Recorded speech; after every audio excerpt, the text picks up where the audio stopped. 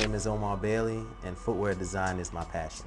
I always liked designing shoes, and I think a lot of it had to do with I tell people it had to do with the Jordan phenomenon in the mid-90s, where a lot of people wanted these shoes and they fought for these shoes. Some even killed for them, unfortunately. But I think the fact that my parents refused to buy me the shoes because they were afraid that it would be of a danger to me because they bought me a pair of shoes, they didn't get them. They didn't get them for me. My way of sort of rebelling against that idea that they had was to draw my own shoes. It wasn't a tangible product, but just the fact that I was able to replicate something that I would personally wear on paper really satisfied me, and it was really cool to see. I developed my niche by the internship experiences, New Balance, K-Swiss. And these weren't just regular internships. These were, we're going to throw you in the fire and we expect results. And I was like, okay, cool. This is where I need to be. The very first shoe that I designed was called the New Balance 787. I like to call it the Flight 787. There's only 2 pairs of these things like in the world. The other half, the other pair, I don't know where it is, but I have the other pair.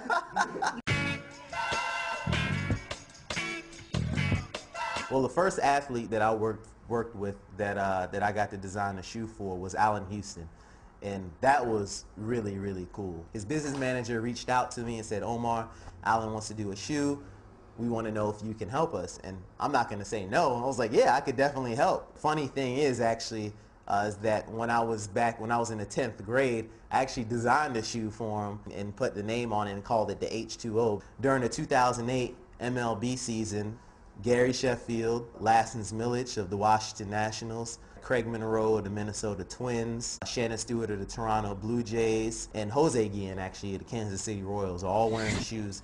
One of the milestone moments was when Carlos Guillen wore my baseball cleats in the All-Star game. Well, the thing that I enjoy most and why I enjoy it most is when I give back or in speaking to kids and sharing with them is the reaction and the response that I get. And it's something that's just, I'm just passionate about, because in the back of my mind, I know that there's younger kids out there who wants to design shoes, or maybe wants to design something else, but they just have no idea the outlets of which they can do it in. It's cool because I love sharing that with kids, especially, that you can dream about doing something and you can actually do it. And in terms of where I've spoken, I always go back to my alma mater, well, both of my alma maters, both high school and college, the University of Cincinnati and the Dreyfus School of the Arts back home in South Florida. And I also had some opportunities to do some speaking and workshops overseas. Last spring, back in 2008, I had an opportunity to travel over to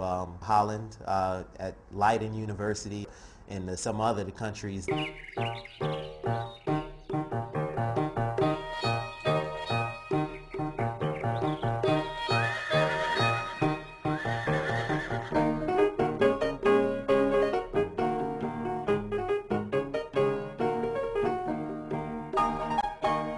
And then I also had an opportunity to speak at Hong Kong Polytech University in Hong Kong, China, in Kowloon. So that was interesting as well.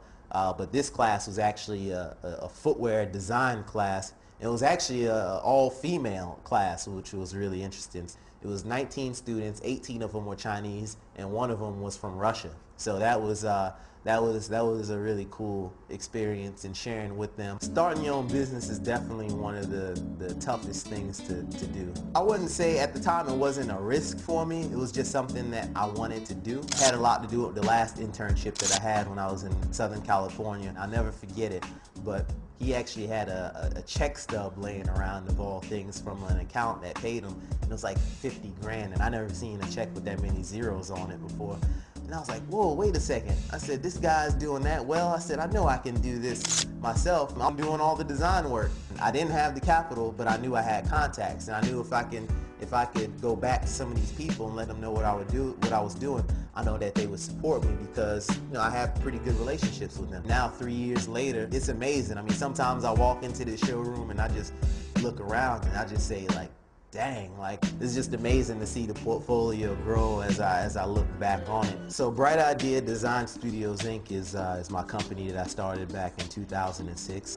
How do you take a design and develop it into a commercial product that somebody can wear? That's what we do. We commercialize your product and we prepare it so that you can take it to retail. My management team comprises of people that I love and I trust that are around me, and we're all working together in one common goal. We've been working really hard of late on our niche markets. These niche markets consist of government, festivals, hotels, sports, and our main niche, which is educational institutions. And that program is actually called Shoes to Schools.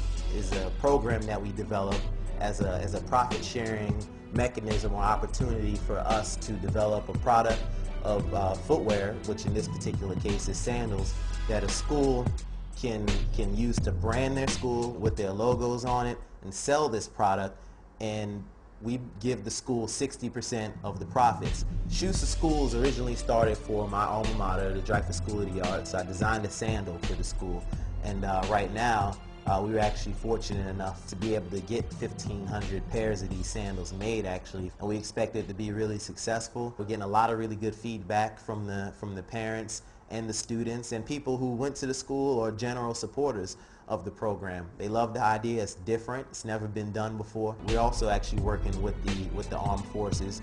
In this particular case, the United States Air Force developed a shower sandal, as we call them, based on our third product in our sandal line, which is our higher end, high performance / recovery sandal that they can wear. And we did it in the sage green color that represents their uniform color. A major part of the development for Bright Ideas has been the relationship and contribution from the Paragon Foundation.